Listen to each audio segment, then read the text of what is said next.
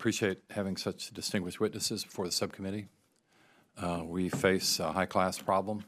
You've been kinder to the programs under our jurisdiction in the President's budget than perhaps we expected or deserved, but we look forward to hearing the justification. So the first witness will be Dr. Anderson.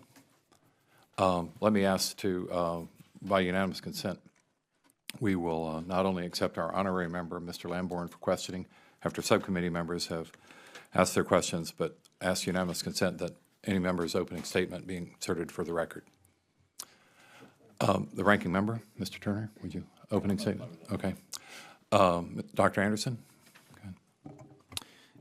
Chairman Cooper, Ranking Member Turner, and distinguished members of the committee, thank you for the opportunity to testify. Today, the United States faces an increasingly complex global security environment in which the central challenge to our prosperity and security is the reemergence of long-term strategic competition by revisionist powers in the PRC and Russia.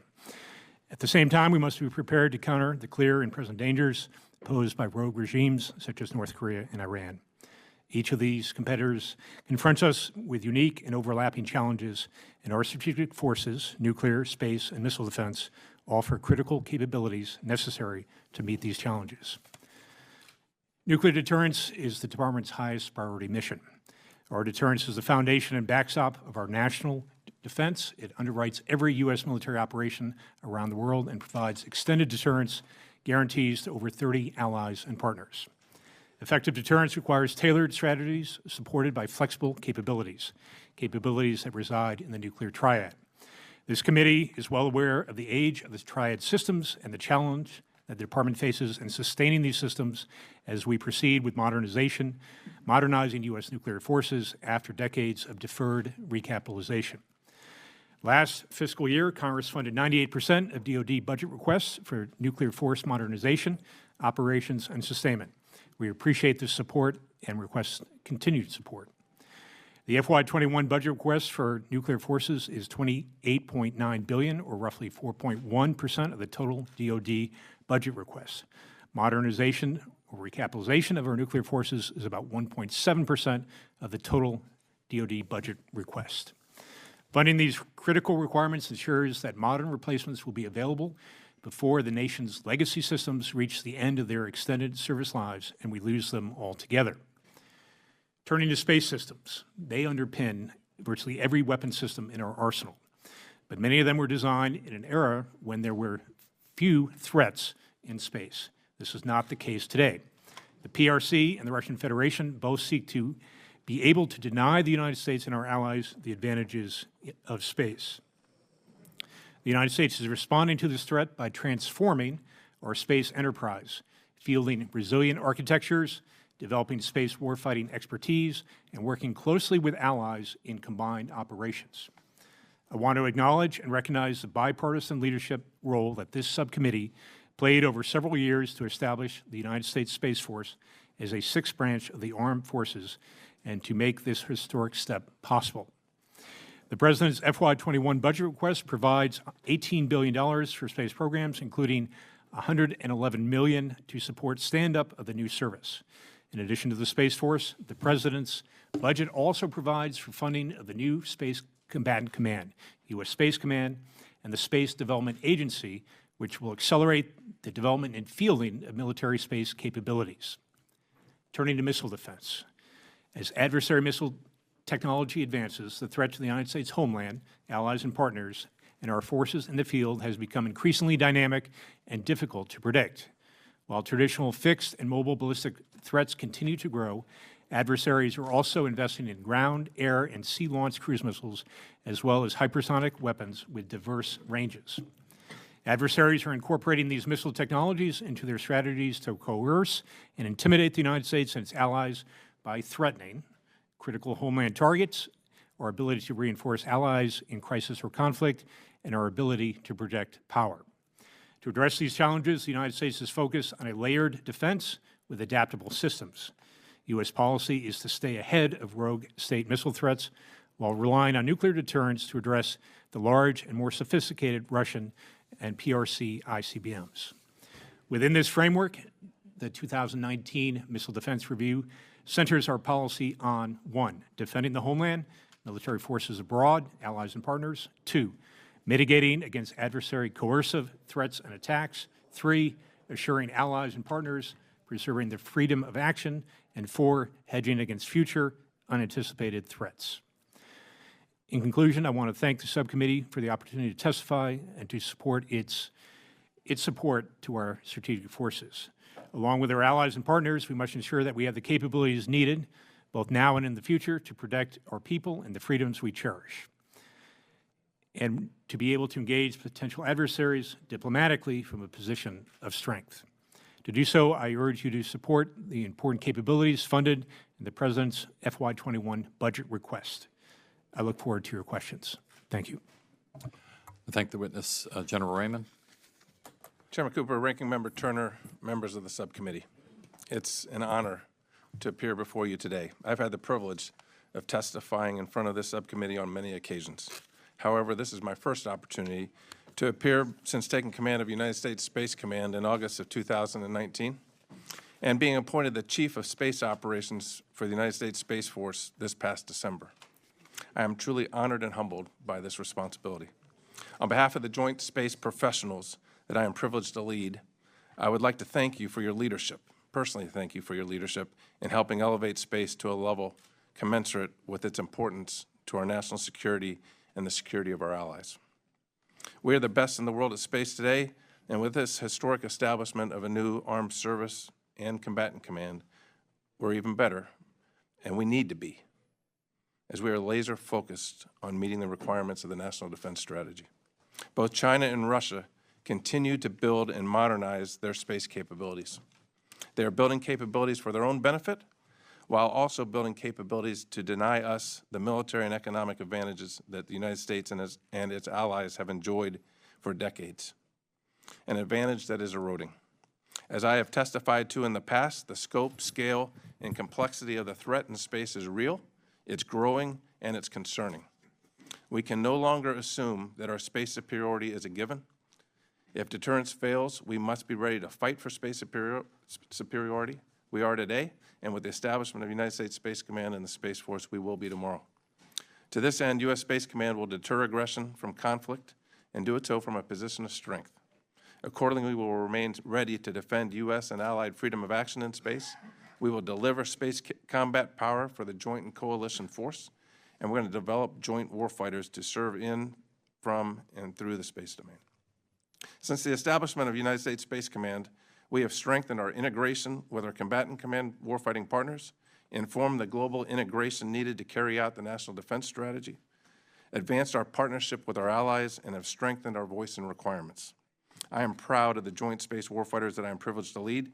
I assure you, these professionals are approaching our mission with an eager and innovative boldness that will assure America remains the world leader in the space domain. It's an honor also to be here today and testify with Admiral Richard and Dr. Anderson. I look forward to your questions.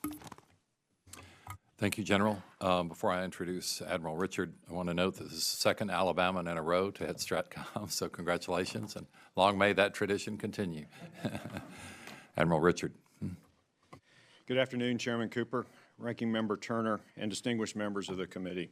It is an honor to be here today alongside General Raymond and Dr. Anderson. And it's a privilege to represent the 150,000 men and women performing United States Strategic Command's missions every day. I'd like to start by thanking Congress for your support in ensuring that the Department and Stratcom have the required resources to execute our mission to deter strategic attack and guarantee the security of our nation and our allies. Continued congressional support, budget stability, on-time appropriations are fundamental assumptions for a long-view approach to defense and allow our command to realize presidential and department guidance.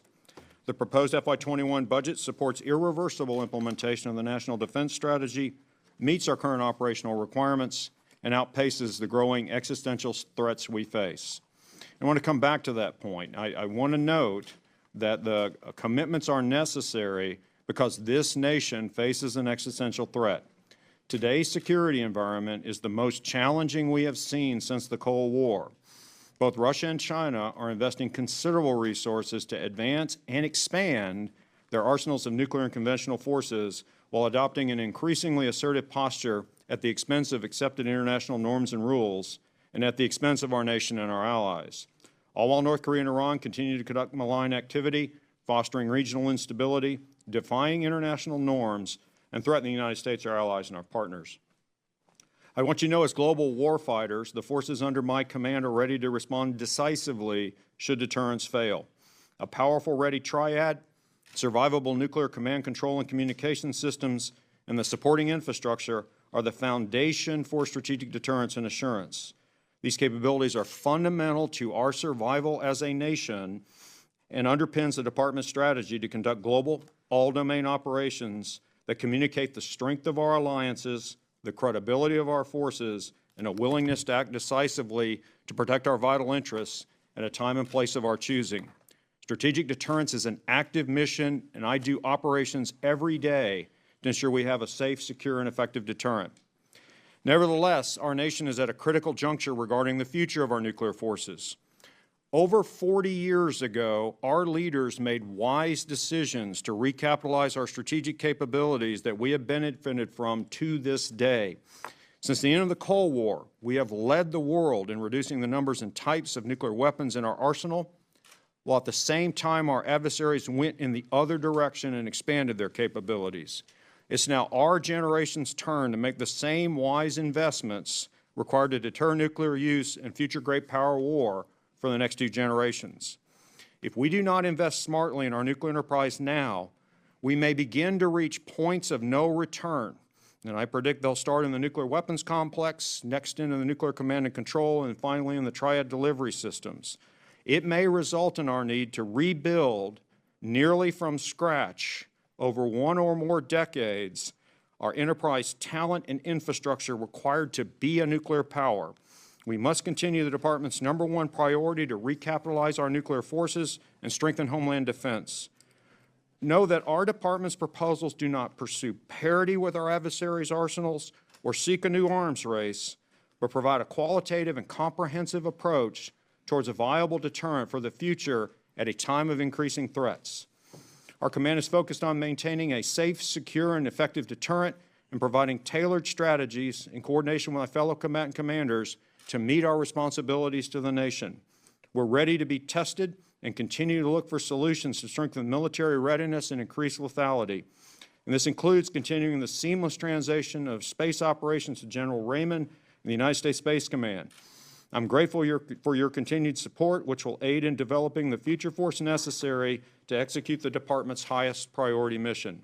Thank you for the opportunity to be here today, and I also look forward to your questions. Thank you, Admiral. Thank you, gentlemen. I'm going to withhold most of my questions for the classified session, which will be held immediately afterwards in 2337. I yield now to the ranking member, Mr. Turner. Thank you, Mr. Chairman. Admiral Richard, we've been able to have some discussion of the activities that Russia has undertaken for its nuclear arsenal that go well beyond modernization. We use the term modernization frequently when we talk about what Russia has done, but in fact, they're fielding absolutely new weapons with new and complete unforeseen capabilities. The Avant-Garde with its hypersonic capabilities, which is deployed, the weapon that's been deployed in violation of the INF Treaty, their development of Skyfall, where recently we just saw an accident where they've developed a missile that is itself not just a nuclear weapon, but also nuclear powered. And Poseidon, where they're looking at a weapon that would go under the ocean unmanned. Before we go into classified session, I wanted to give you an opportunity in the public session because we're going to have a significant debate of our investment into the NNSA. There's been a significant increase in the NNSA's funding, which has been needed and necessary. If we're going to modernize ours, and we're not trying to do what Russia has done, we're not going to create new nuclear weapons, we're only undertaking the modernization of our current capabilities. We have to invest in the infrastructure to be able to do that. Otherwise, our deterrent won't remain credible. Could you take a moment in a very public session, give us that picture of what our adversaries are doing and to why that's a real threat, And then secondly, why there is a must in our current efforts to modernize our nuclear enterprises, our triad, and what you see as to the importance of why Congress needs to step up now to ensure you have in the future the capabilities that you currently have. Admiral? Thank you, Ranking Member Turner. To summarize, and I will go into more detail in a classified session. Admiral, I just want to make it clear, telling us in classified session does not help Congress have a debate to be able to conclude budgetary issues. It informs us as to what you know, but the debate on the budget happens in public, and it will be contested. So your statements in public are as much as important as the ones that you're going to make in private. In private, you will inform us and make certain that we understand the capabilities and the issues, but in public, that's where your language and your words will be entered into our debate. Thank you, sir. And so let me summarize, right? I would characterize what Russia is doing with her strategic and nuclear forces as an explosion in capability, right? They started long ago. They started in 2006, and it goes beyond a mere, if you will, recapitalization or renewal of their triad. It is everything that Russia has. It is an enormous number of non-treaty accountable weapons. These are sometimes referred to as non-strategic. It's actually, and it's not only the weapons themselves, it is the delivery systems that they use. It is actually probably easier to list the ones Russia has that are not dual capable, i.e. conventional and nuclear, than to list the ones that are, because they almost all are. On top of that, you mentioned the new capabilities that they're developing, hypersonic glide, nuclear-powered cruise, undersea unmanned nuclear-powered. But sir, it goes beyond that, right? They have new command and control. They have new warning systems. They have new doctrine. They are exercising a level that we hadn't seen before. They even do civil defense, right? That is a concept the United States abandoned back in the early 60s. So this is a very comprehensive approach that Russia is undertaking. And in many cases with Russia, you got to look at what they do, not necessarily what they say. I'll draw you an equivalent picture on China. It's just that China doesn't tell you about it. Russia will tell you exactly what they're doing and why. China does not. But they are also rapidly expanding their capabilities. And in particular, concern to me is the fact that what they are doing is inconsistent with their stated no first use policy and a more general minimum deterrence strategy. And while they're very opaque and they don't speak about it very frequently, they will have all the same capabilities that Russia has, giving them all the same options. And then to your final point is, why now? When we talk about the modernization of the triad, what we leave out is the or else. And the other choice that we have is not to keep what we have. The entire triad is reaching the end of its useful life. And so either we replace what we have now, or we start to divest almost on a path to disarmament in the face of this growing threat. Admiral,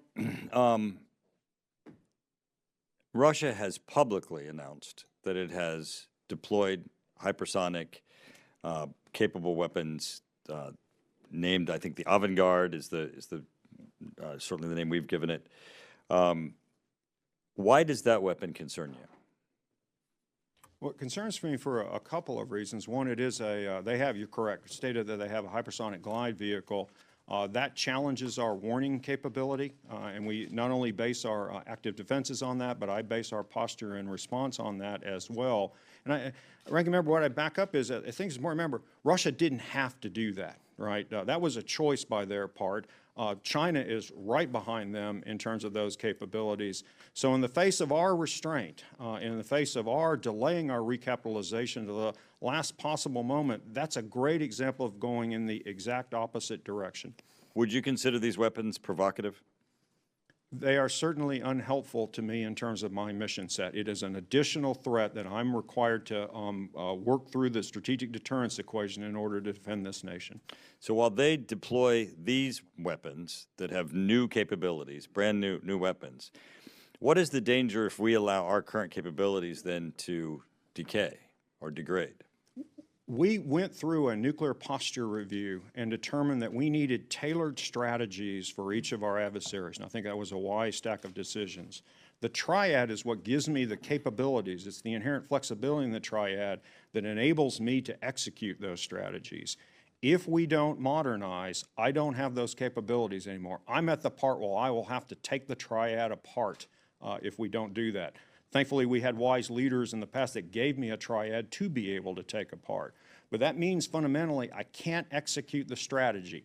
There's a number of aspects to that. One important one to mention is the extended deterrence and assurance commitments that this nation provides. Without those capabilities, I am concerned about the pressure on nonproliferation that will occur. There are some that say the W-93 is a new nuclear weapon. It's not a new weapon.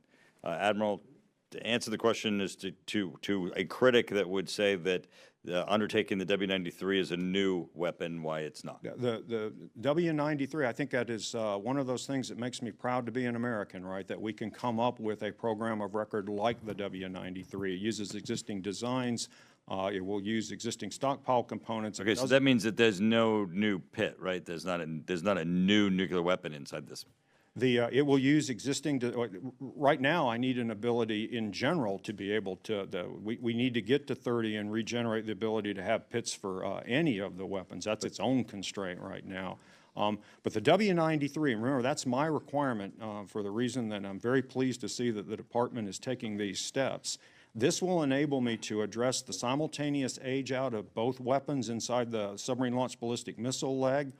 It will enable me to redress the imbalance that we currently have inside that leg.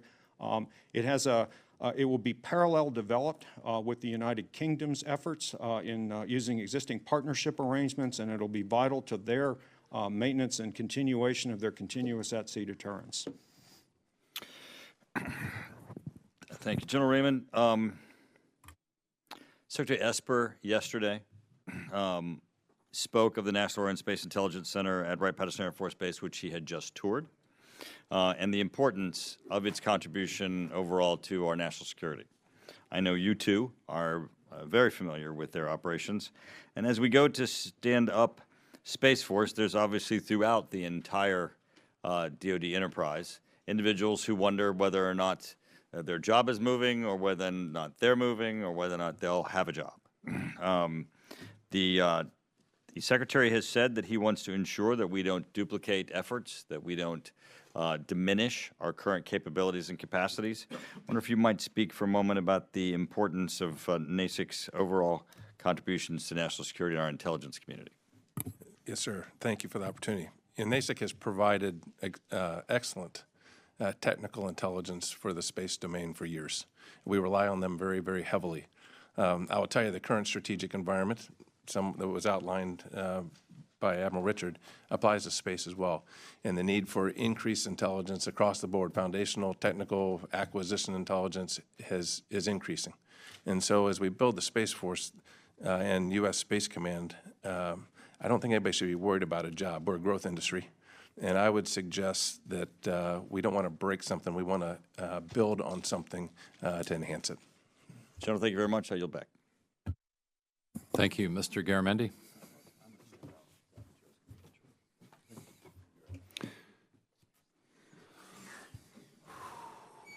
Admiral Richards, did you say our current policy is one of disarmament unless we do all the new things you want done?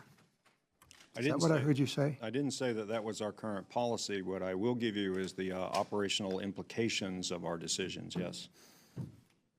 I don't understand what that means. If we continue as we are with the safe, secure, reliable, the development of the B-2, B-21, LSRO, and other delivery systems, is that disarmament?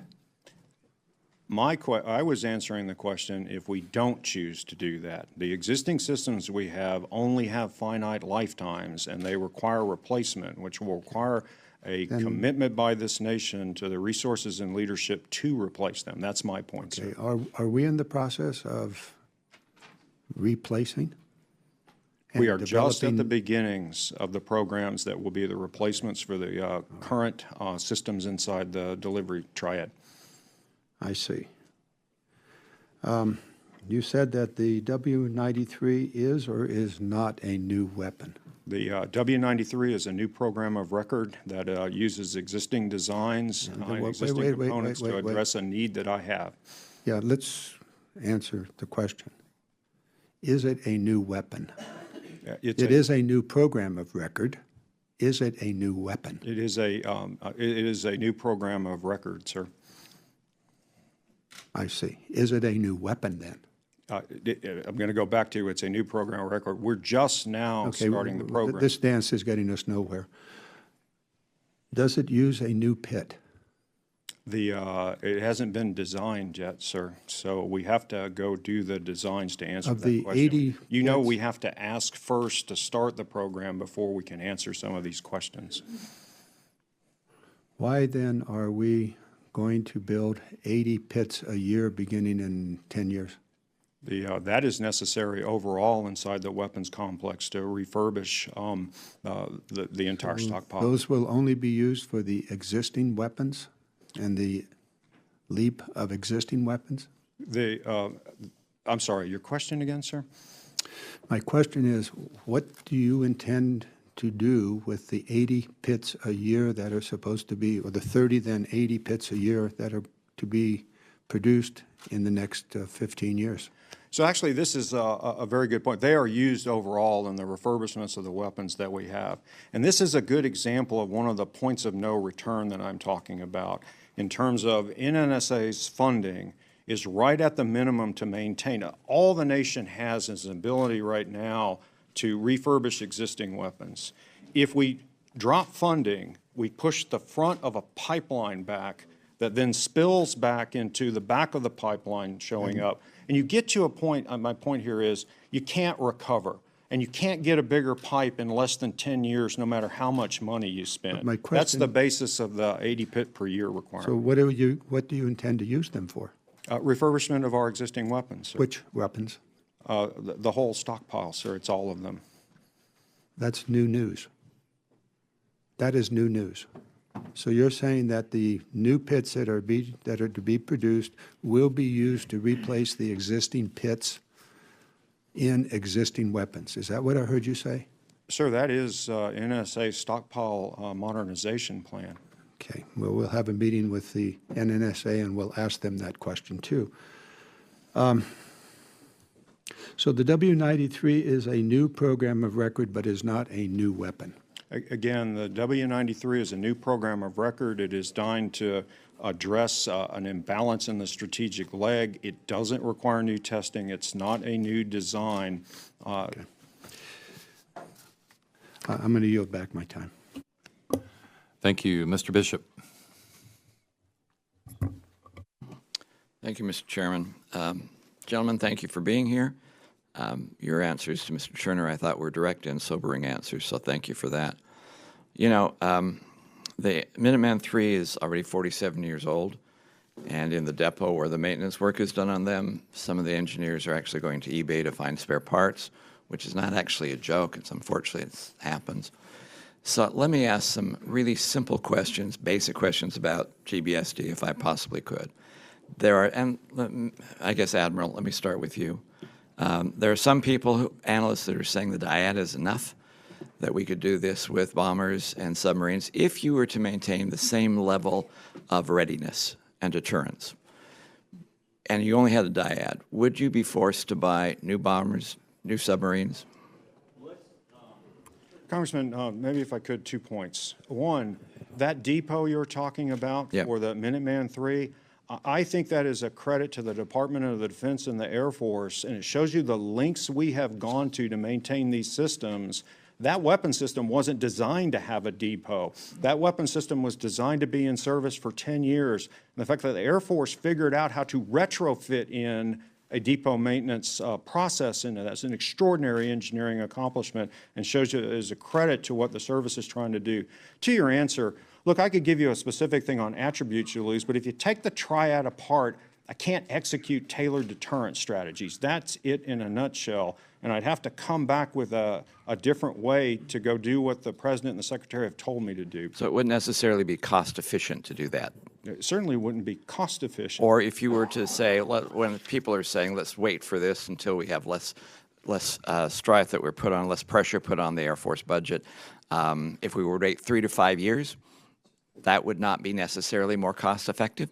Sir, it certainly wouldn't be more cost effective, and the bottom line is I wouldn't have the capabilities necessary to execute the tailored strategies the Nuclear Posture Review calls for. Okay, let's assume then that since these are old weapon systems we're having, I'm still talking about the missile system, there's a natural deterioration, attrition that comes along with that. If we were not to go forward with the GBSD program, if we were to delay it in any way, shape, or form, how would our adversaries perceive that force reduction? It certainly works to their advantage, right? It again takes away a capability. You're quite correct. The systems will age out and start to attrite. It's true for Minuteman III. It's true for all the missile systems in the triad. And would it make it easier or more difficult to do any kind of arms reduction treaties in the future? We would be doing an arms reduction ourselves. Unilateral? Yes, sir. Well, we'd probably win that one then. Let me also go, I'm making the assumption that we have had 45 years, we're talking, there are people talking about just doing a life extension for these 45-year-old missiles.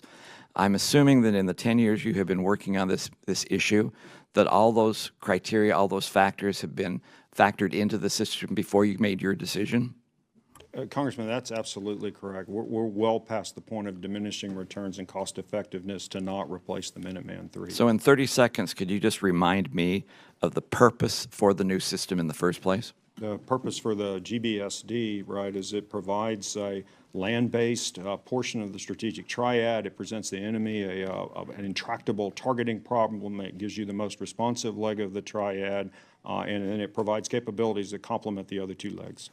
I certainly hope we move forward with that for a whole bunch of reasons. I don't know to whom ask this next question, whether it's you or the general. Can you get a better name than GBSD? I'm sorry, in all due respect, GBSD sounds like a disease we're trying to solve. It's a coronavirus. GBSD is the new form of it. Can you please come up with a nicer name? Minuteman III is cute. Congressman, I will. That is a Air Force decision, but Navy had the same thing. We used to call it the Sea-Based Strategic Deterrent, and now we call it Columbia. We'll do the same thing, I'm sure, with GBSD. General, you want to take a stab at that one? Sir, I'm in the Space Force. Well, there's a Star Wars term coming up here. Thank you, Mr. Chairman. I yield I've back. heard them all. Thank you, Mr. Carbajal. Thank you very much, Mr. Chair. Admiral Richard, as commander of Stratcom, you generate the requirements for our nuclear forces. Stratcom requirements then drive which warheads the NNSA life extends, maintains, and in what quantities, correct? I originate the requirement. I don't have the authority to approve them. That's done up inside the Department of Defense, but basically, yes. Thank you. In the case of the submarine leg, we just completed the life extension of the W-76-1 and the development of the W-76-2. We are only a couple years away from finishing the refresh of the W-88. Both are expected to last into the late 2030s. Why is starting development of the W-93 necessary in 2021, and why was it moved up 2 years? So, Congressman, kind of 2 points on that, and this is what happens when you work in a resource-constrained environment. Both of those life extensions that you referred to did not life extend the nuclear explosive package inside those weapons, right? We simply didn't have the resources and the pit capacity to be able to do that. So we had to make a choice, and so those life extensions were modest. So if you want to replace those weapons or life extend them in the 30s, based on historical timelines, we need to start now. And that's why the W-93 is in the program this year.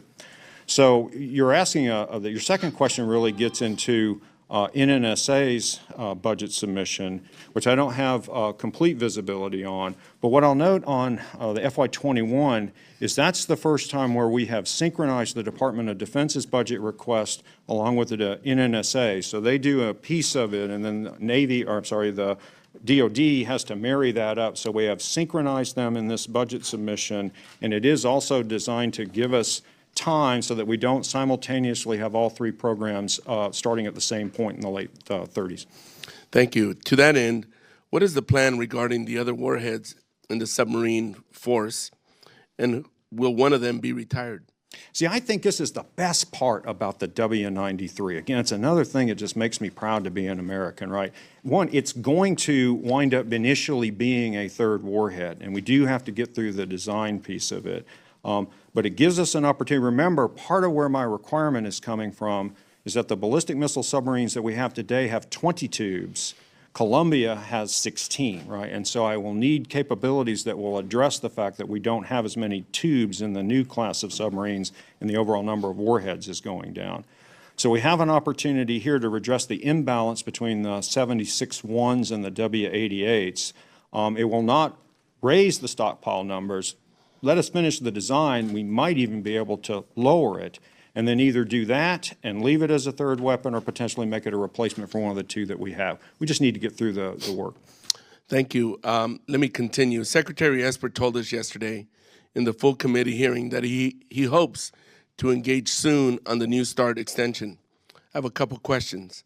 Do you share General Hyten's view, which he testified to last year, that insight into Russian forces gained from New START is, quote, unbelievably important, end quote?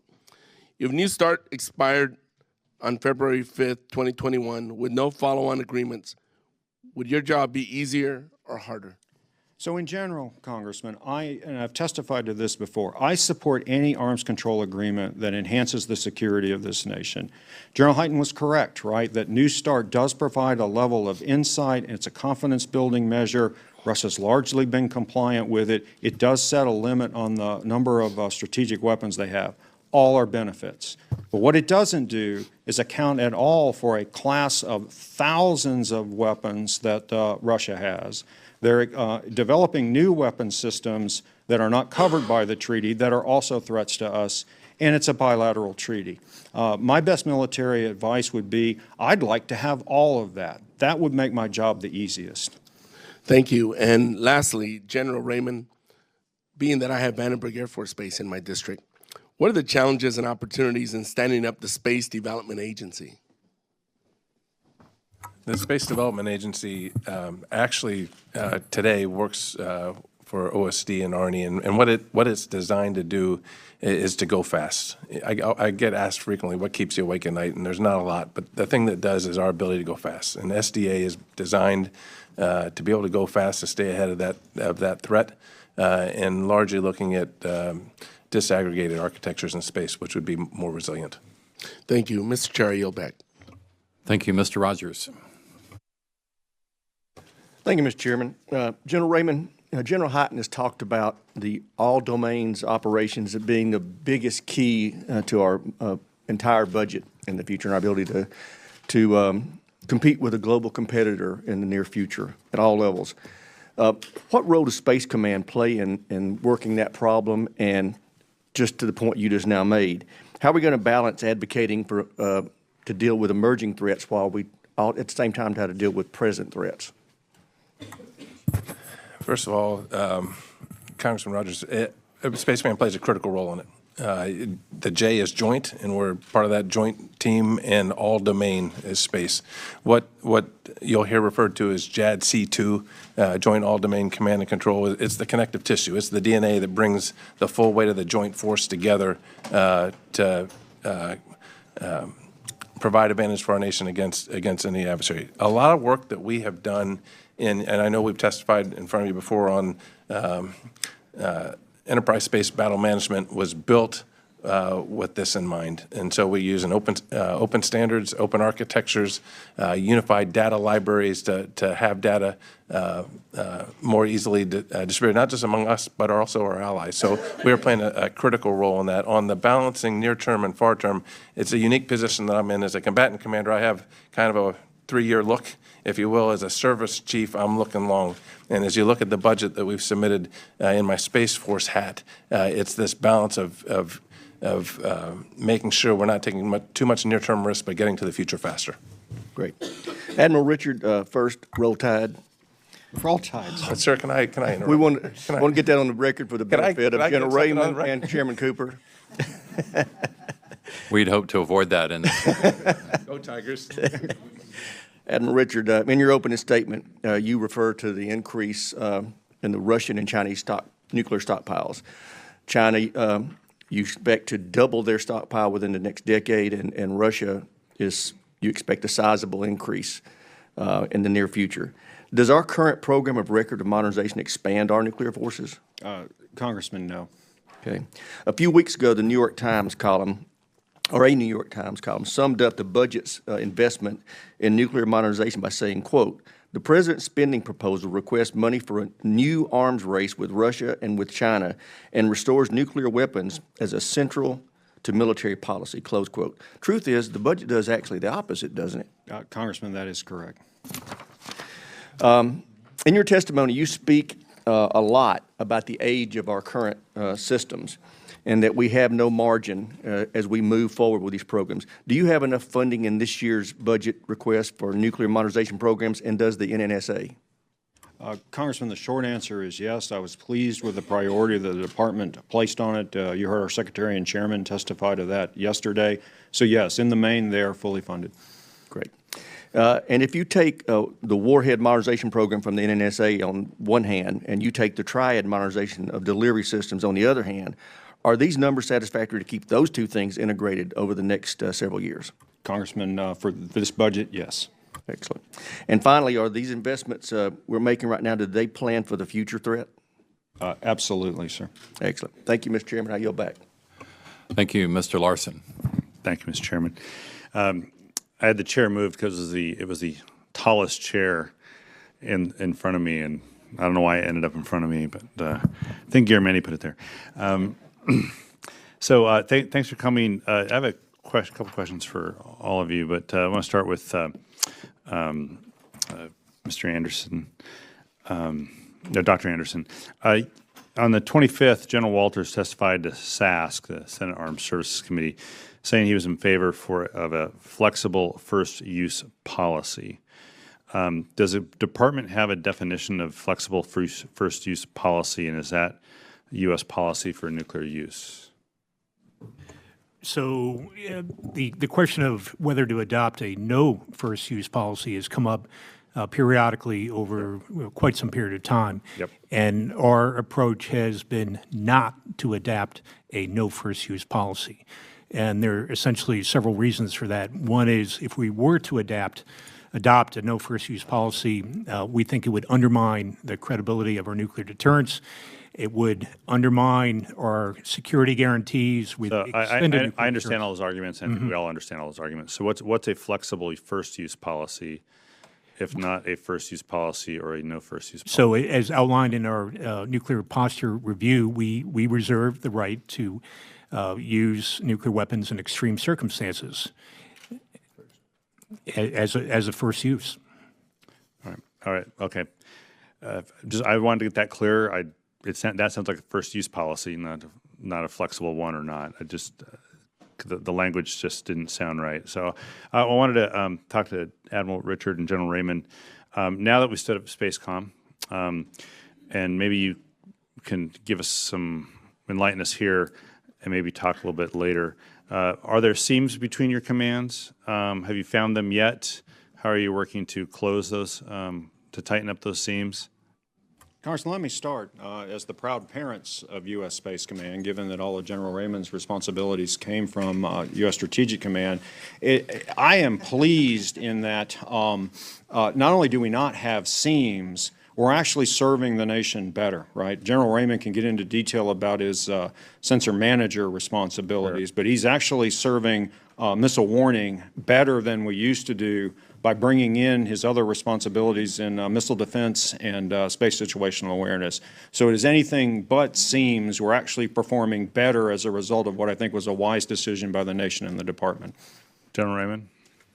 I would agree. We've been very reliant on Stratcom when we stood up. We took part of Space Command. The initial core was about 120 folks that came from U.S. Strategic Command. We have a team embedded in the command today to make sure that if there were any seams that they're glossed over. I'm not aware of any seams. I think we've actually, our ability to work together has been enhanced. Yeah, okay. Admiral Richard, if you're the parent, I would note that Mr. Cooper and Mr. Rogers may be the grandparents of well, yeah, I had to put you somewhere in the family tree. I'm giving you credit. General Raymond and Dr. Anderson, have you thought through the role and the increasing reliance on commercial capabilities, as well as partnering? And are you looking at it any differently than we looked at it before Space Command? We are absolutely reliant on commercial space capabilities today, and I think we're going to be more reliant on it in the future. If you look, there's a terrible word to use in the space business, but there's an explosion in commercial space, and we need to be able to leverage that. They have a business model that goes faster. They have operational capabilities that are relevant, and we are eager to develop an architecture that capitalizes on that. So I would suggest that we will be doing a lot more commercial work than we've done in the past. Where's that sit in your priorities of life? Partnerships is one of the top priorities of both U.S. Space Command and the Space Force. And I'd say there's several partnerships that are critical to us. Commercial being one, intelligence community two, and allies being three. Yeah, Dr. Anderson. So I would certainly second that commercial space activities are vitally important, and that they will in fact grow going forward and into the future. And I think this has been widely acknowledged, not only with the statements from the Department of Defense, but also our national security strategy, which is signed by the President of the United States, talks about the U.S. leadership role in space, and also the need for the United States to consider unfettered access to and freedom to operate in space to be a vital interest. Yeah, okay. Thank you. Thank you, gentlemen. Ms. Cheney was going to be recognized next, but it's my understanding she's withholding her questions for the closed session. I appreciate that. Ms. Davis. Thank you, Mr. Chairman. Thank you to all of you, and I think congratulations as well. You know, you probably know that we were having some concerns and questions in Armed Services Committee over the last 2 days. And I wonder if you could discuss with us the unplanned increase in the NNSA. I understand that that's necessary for modernization. Is that correct? But what drove this increase, and where did you all weigh in on that? Well, ma'am, one, in terms of the history, I don't know how to characterize it or not characterize it as an unplanned increase. The requirements that I have asked for in terms of my needs for the nuclear delivery systems have not changed. And so this is certainly what is necessary for us to recapitalize the weapons that I have in the weapons complex.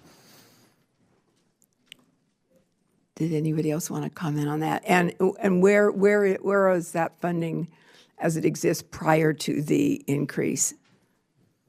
Ma'am, I'm not sure I understand your question. Just wondering whether there's unspent dollars in those accounts that...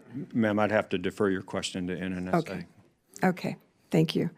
Talk a little bit about the strategic stability that hypersonic weapons brings. As you know, there are different points of view on this in terms of risks, benefits, the messages that we send. Do you consider them strategic weapons? Hypersonics? Yes, ma'am. And they get us to the fight faster? No. Or how would you talk about that? This is just another capability. And again, I think it is important to remember that our competitors chose on their own initiatives to add this, right? In the end, to do strategic deterrence, the fundamental equation has not changed, right? For whatever action the adversary considers, can I either deny their aim or impose a cost greater than what they seek? This changes that calculus, and what I have to do is to make sure that I can make it hold such that the benefit of restraint still continues to outweigh the benefit of action. Can we integrate these technologies, hypersonic technologies, with our NATO partners? Ma'am, again, it depends on whether you're talking about defensive technologies or warning technologies and/or our own use of those. In both cases, though, the answer is yes, we can integrate those. Admiral Richard, you know China's arsenal of nuclear warheads is something on the order of 1/10 of what Russia's are. Is that correct? For this hearing, yes, ma'am. So in terms of our priority, over the next 5 years, what would that be then in terms of maintaining and pushing and to expand limits on Russia's nuclear arsenal? How would you describe that? Well, I would describe it, one, ma'am, is that where China is today is not the trajectory that they're on, right? So we must make sure we understand where they're going. Their actions are inconsistent with their stated policy, both no first use and what you derive as a minimum deterrent strategy. And I guess in the end what I'd offer is I don't have the luxury of picking which threat to this nation I'm not going to defend. And so I have to look at the collective of what we face and make sure that for each of those individual competitors, I can make that equation hold for all of them all the time. Anybody else want to weigh in on that? You agree? Yes. Okay, thank you. And our European allies, how are they perceiving the New START Treaty and the Open Skies Treaty now? Do we need to, how are you assessing what they have to say about that? And what if we withdraw from the treaty? Do we have other appropriate agreements in place to ensure that we will be notified of flights over our assets? Ma'am, one, if we withdraw from the treaty, they wouldn't be able to do flights over our assets. In terms of what the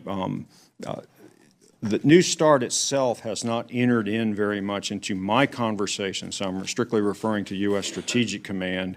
And so I am confident that under any circumstances right now, I can continue to provide extended deterrence and assurance commitments to our allies. Open Skies, I'm probably not the best person to answer your question in terms of not having direct responsibility, but I will say that Open Skies provides benefit to our allies. It does not provide very much direct benefit to my command individually. And again, there is a confidence building aspect to it that is favorable. Mm-hmm. I think overall, I think we certainly would be very concerned, and they would be very concerned if we do something different. Yes, ma'am. I think they would also be equally concerned if one party doesn't comply. And so that is the political decision that the nation will face. Okay. Thank you very much. Yield back. Mr. Wilson. Thank you, Mr. Chairman, and thank each of you for your service. And indeed, what a critical time of transitioning to great power competition, but yet existential threats to American families. And as you were citing decisions made decades ago that have had a positive impact, we look forward to working with you to have a positive impact. And indeed, Admiral, I'm grateful to be with you and that I'm a very grateful Navy dad. My Navy doctor son served in Iraq, but I'm also a Air Force uncle who's with a nephew that served in Iraq. So thank all of you for your service. And Admiral, modernizing our nuclear forces and associated infrastructure is necessary to defend the homeland, promoting peace through strength. How will the continued atrophy of our strategic nuclear forces impact Stratcom's ability to deter against strategic attack? Well, it'll be harmful to it, Senator, in the short. And I think, a good example is the submarine, right? Take the Ohio-class submarine. Again, on the list of things that makes me be proud to be an American. You thought you were going to get 30 years out of it from those wise decisions you talked about. We actually got 42, right? What a credit to the people that designed it, built it, maintained it, and took it to this point. But they'll start going away in 27, and that there's nothing that can change that. And without that, I start to lose survivability in that leg of the triad. And having grown up in the holy city of Charleston, I remember the Nautilus submarines going back and forth, and the consequence of that, and that is peace through strength with the implosion of the Soviet Union. So what you've done is so important. And Dr. Anderson, the President requested that full funding for the plutonium sustainment through both this year and last year to accommodate 80 pits per year by 2030. I appreciate this initiative and want my colleagues to understand how important this is. If pit production is underfunded, how does this affect our national security over the next 10 to 15 years? So as you suggest, the pit production is crucial to our national security, and this is something that we have set these targets. In fact, 30 by 2026 and 80 by 2030. And this is absolutely essential to ensure that our nuclear arsenal remains safe, secure, and reliable for deterrent purposes. I've had the good fortune to visit both facilities, Savannah River and also Los Alamos, where these pits are going to be produced, and was very favorably impressed by the workforce there and the professionalism and the great seriousness with which they take this task. And this is absolutely crucial to maintain the effectiveness and the credibility of our nuclear deterrents. And additionally, Dr. Anderson, the nuclear modernization efforts are so important, and thank you again for visiting the Savannah River site firsthand. My constituents are very supportive in your activities. And in fact, on November the 28th this year, we'll be celebrating the 70th anniversary of the Savannah River National Laboratory. And we are very, very grateful.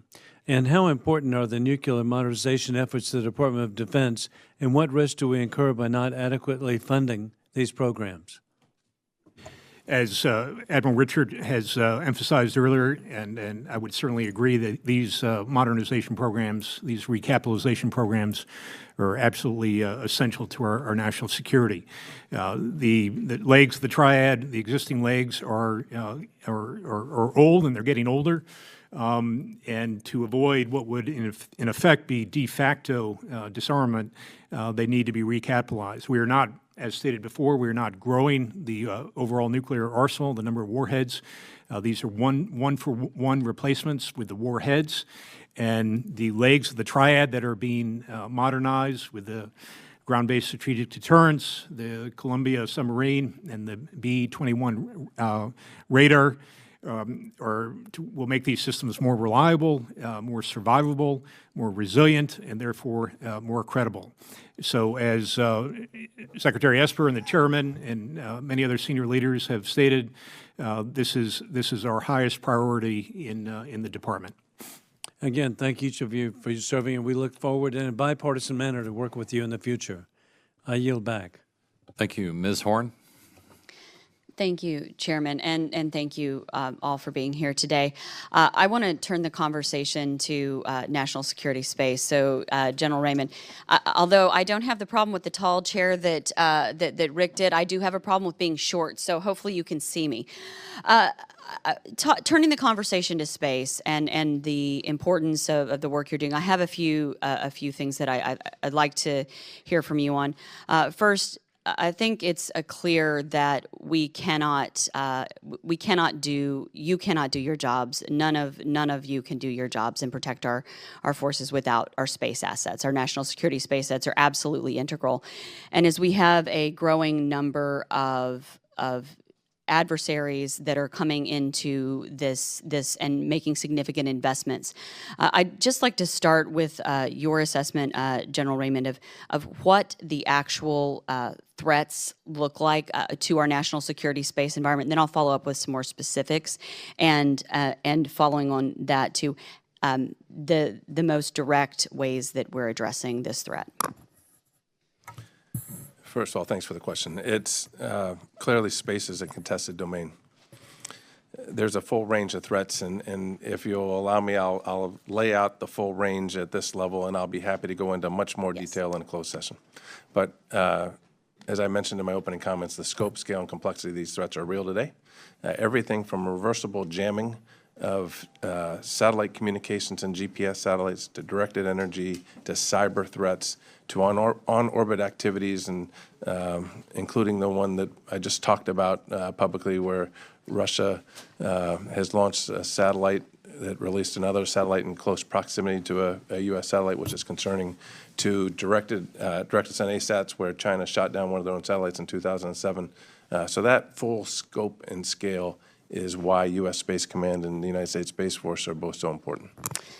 I agree. And I think the next question is, and there's a lot we can't get to in this session, but just establishing a foundation. I chair the Space and Aeronautics Subcommittee in Science, Space, and Technology. So with that, that view of both our national security space environment and our civil space environment, space situational awareness is another critical factor. And right now, that falls to the Air Force, essentially, for all of the different aspects of space situational awareness, which is something that we need to address. So in terms of your capability, as you stand up Space Force, as you've been working with Space Command, is addressing and taking space situational awareness on a larger scale out of your domain, is that something that would be helpful, useful? Can you speak to that if we were to move those responsibilities? Move them to the Space Force? No, having another entity and or group that would address non-national security space-related situational awareness issues. I understand. So space situational awareness is foundational to everything that we do in space. And in fact, I've changed the terminology that we're using in it, and I'm talking about space domain awareness rather than space situational awareness, because we have to have a deeper understanding. It is critical that our national security space experts are focused on that deeper understanding.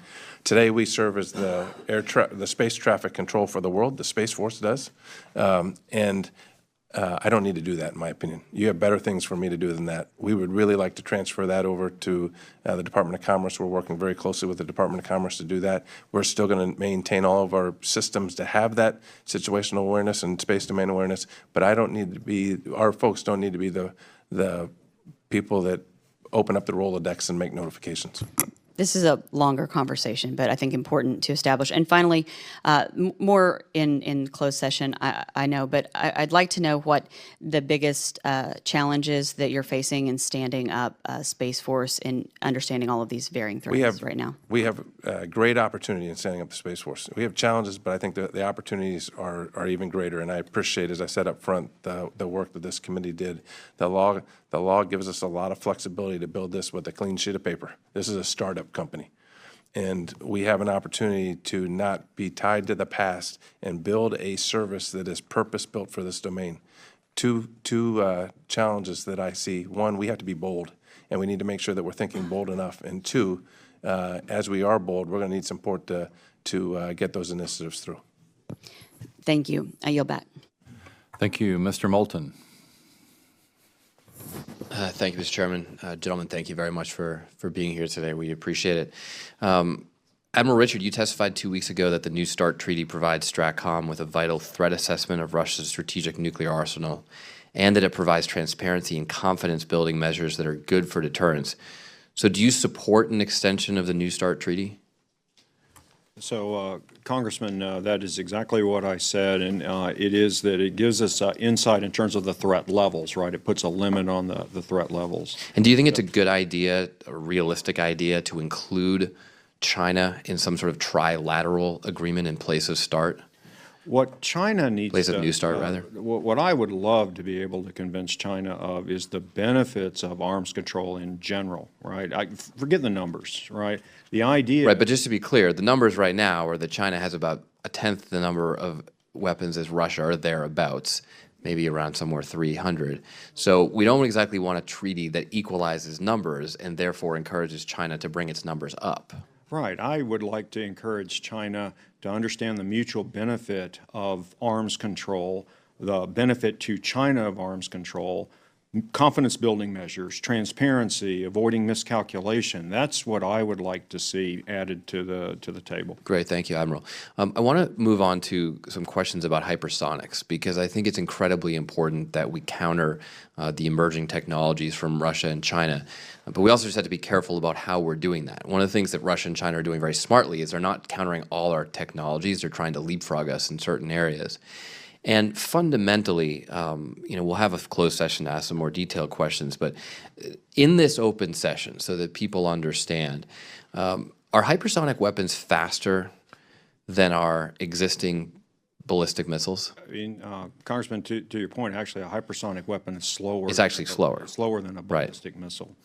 So, another question, is our existing missile defense program designed to protect us from an ICBM attack from Russia? By policy, our existing missile defense systems are designed to protect us from rogue nations and intentionally not designed to interfere with either Russia or China's strategic deterrent. Right, because the point is we just don't have enough interceptors to counter the numbers. It is not only a technically infeasible, cost-imposing piece, but there are significant strategic stability concerns if you were to go down those lines. Right. So essentially what does protect us is this doctrine of mutually assured destruction. I wouldn't call it mutually assured destruction, sir. That's what it was back in the Cold War. I have an ability to impose a cost on them that is greater than that which they seek. Okay, so our terminology has become more polite since the Cold War, but essentially what they can expect is that we will respond in kind. If they shoot 100 missiles our way, we're going to be able to shoot 100 missiles back at them. Oh, I might not necessarily recommend that at all, sir. I will simply recommend options that will provide a cost that they will find unacceptable relative to what they're trying to gain. Fair enough. So what do we do if Russia or China launches a hypersonic missile? I do the same, and I should be very clear, I don't have direct operational responsibility for the missile defense system over North America or in any other theater. I do have worldwide advocacy responsibilities for that. We do the same thing that we do for any other threat to North America, which is step one is I have to characterize it. I have to understand what it is, how big is it, what is threatened. And how do you characterize that? Because when a hypersonic missile is launched, I mean, look, if Russia launches a whole bunch of ICBMs, we know exactly what's coming at us. We know where they're going and when they're going to land. If they launch one single hypersonic weapon, Russia or China, we don't know what warhead it's carrying. We don't know where it's going to land because we can see it launched, but we don't know where it's going to go. And Congressman, I'm not trying to argue with it because you're absolutely correct. Certain HGV systems today, because our systems were not designed against them, do challenge us. It's not that we have no ability to characterize the threat to this nation. The size of the raid alone starts to give you information as to what it might be able to do. We already don't have the ability to characterize the payload on any inbound weapon system to the U.S., hypersonic or not. Well, we have a pretty darn good idea what's coming at us if we get an ICBM attack. And this is my point, is just to get, we only have a few seconds left, but I'm very concerned that these weapons are strategically destabilizing. And I think that we need to carefully consider that as we determine what our appropriate response to China and Russia's development of hypersonics is. Congressman, I would agree with you 100%, but what I want to assure you is that I can still today, with the threats that we face, make sure that there's adequate deterrence to defend. I understand that, and I appreciate you emphasizing that point. Thank you, Admiral. Thank you, Mr. Brooks. Thank you, Mr. Chairman. General Raymond, you've previously highlighted to this committee the importance of modernizing our nation's fleet of national security launch vehicles in a timely manner. As the Air Force has outlined, the goals of the National Security Space Launch Phase 2 launch procurement are to encourage competition, assure our access to space, and end our reliance on Russian engines. You've also outlined that 2 providers is the right number of providers based on the Air Force's past experience. So 2 quick questions. Can you please provide this committee with an update on the program? And second, are you still on track to make awards this year? All 3 of those fundamental tenets, assured access to space, increased competition, get off the RD-180 engine, are on track, and we're on track to make an award this summer. All right, thank you. Admiral Richard, In your written testimony, you highlight the need for a concerted effort to expand and improve existing capabilities for both homeland and regional missile defense. Aside from technology development efforts to field new capabilities 10 years down the road as part of the Next Generation Interceptor program, what investments to improve the current homeland missile defense system are being made? So, Congressman, one, I'm responsible for the requirements, right? And the requirements that we have asked to provide, I think, are very sound in terms of our ability to defend against a rogue nation threat. And I think you'd be pleased in the budget submission in terms of the additional things that we're asking for. My biggest priority as the commander of Stratcom gets after improved warning capability that provides me the ability to posture my forces. And I would look to where we're going with our space-based sensing layer and then defer to General Raymond to give you more details on that. Yeah, it's going to be absolutely critical that we develop a missile defense layer in space to be able to get after that warning challenge that you articulated. This question is for General Raymond, but if Dr. Anderson or Admiral Richard want to chime in, please feel free to do so. There is great interest around the country as to where the Space Force is going to be located. There is also great interest with respect to the Battle Command portion of the Space Force. What are the criteria for the location of the Battle Command, and in particular, how much focus is there on whether that ultimate site ought to be hardened in order to best stay functional when the missiles fly and the nuclear bombs go off? So there's actually, two parts, as you said. There's a Space Force and a Space Command. Space Force, like the Army, Navy, Air Force, Marines, is going to be headquartered in the Pentagon. That's where all the services are. All the top brass will be in the Pentagon. That makes sense. That's where the question that is being analyzed right now is where does U.S. Space Command reside? Today, that U.S. Space Command resides in Colorado Springs, so that's where the Joint Force Space Component Command was when we stood up. The Air Force is responsible to do that basing decision. They're going through the analysis as we speak, and sometime later this year, early next year, they'll make a decision on where that should be. There's a whole list of criteria.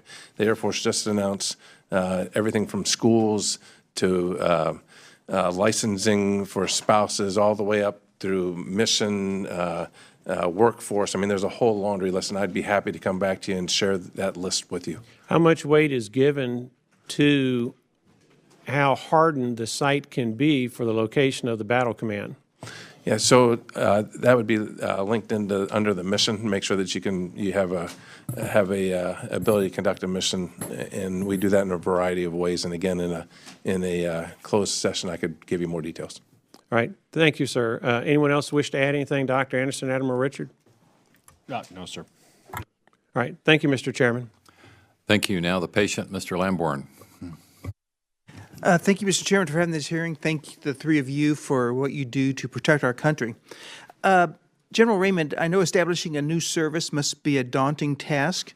In fact, I commiserate with you. You have to move from Colorado to Washington here any time now, so good luck with that move. But I applaud you for your leadership so far in this endeavor. Among your challenges is to develop warfighting doctrine, build a force around that doctrine, and educate space professionals. So on the education aspect, do you have plans to establish a space training center of excellence? I think, thank you, Congressman Lamborn. I think one of the things, first of all, standing up a Space Force is really cool, and it's exciting, and I am honored and absolutely privileged to be a part of this. I've got a great team. I think there's several things that are foundational to a separate service. One of them is you have to be able to develop your people, and you have to be able to develop your doctrine. I think those two things are foundational to a separate service. So we are doing the organization work as we speak to plan how we will do that. My expectation will be that we will have an organization that's focused on training and development and doctrine. And as a parenthetical, I know that technical training would be different from and build on the academic and scientific engineering training that people in the Space Force would get at a place like the Air Force Academy in Colorado Springs. Yeah, so where our expectation is, and this, I'm telling you the honest to goodness truth as I know it today. Where my expectation is, as we begin the development of this, is that we have a great opportunity here. We just published 30 and advertised 30 jobs that were opened at the Pentagon for the Space Force. I think the number was, and don't quote me on it, it's like 5,000 people applied. It's a significant number. This is generating interest across the nation. It's generating interest in our colleges, in our recruiting things. But I think what will end up happening is that the Air Force will bring in the human capital raw material, if you will. They'll recruit. We'll have a space-focused part of that recruiting, but the recruiting machine will leverage the Air Force to keep this light, lean, and mission-focused. We'll leverage the Air Force Academy to build officers. We'll leverage ROTC and OTS. And then once folks get commissioned or enlisted into the service, the Space Force will take them and develop them into the space warfighters that they need.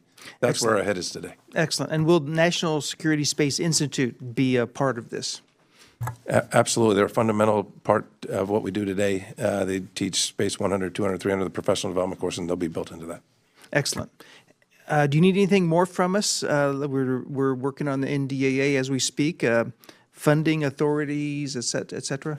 Yes, sir. So we are, one of the tasks that came out of the last NDAA was to come back with a legislative proposal for next year's. One of the things that the law said today was that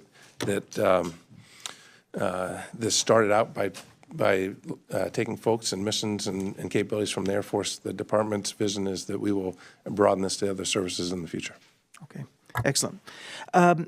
Changing gears a little bit, someone told me that there are elements of our nation's civil space program, which obviously includes manned space travel, that carry over into our national defense space program. These elements are said to add unnecessary paperwork and red tape to national space procurement. Are you aware of any spillover from civil to national space procurement of this nature? No, sir, I'm not. I can do some digging and get back to you. We do have a partnership with NASA, a strong relationship with NASA. We support the launch operations and this year we'll start launching humans again. NASA will start launching humans again out of Cape Canaveral. We work. In fact, we developed an internship program for some training opportunities, but I'm not aware of any spillover on acquisition things, but I'll come back to you. Okay, thank you. Please do, and I'll save the rest of my questions for the closed session, and I yield back. Thank you. The open session of the subcommittee will adjourn, and we'll reopen almost immediately in 2337 for the closed session. Thank you.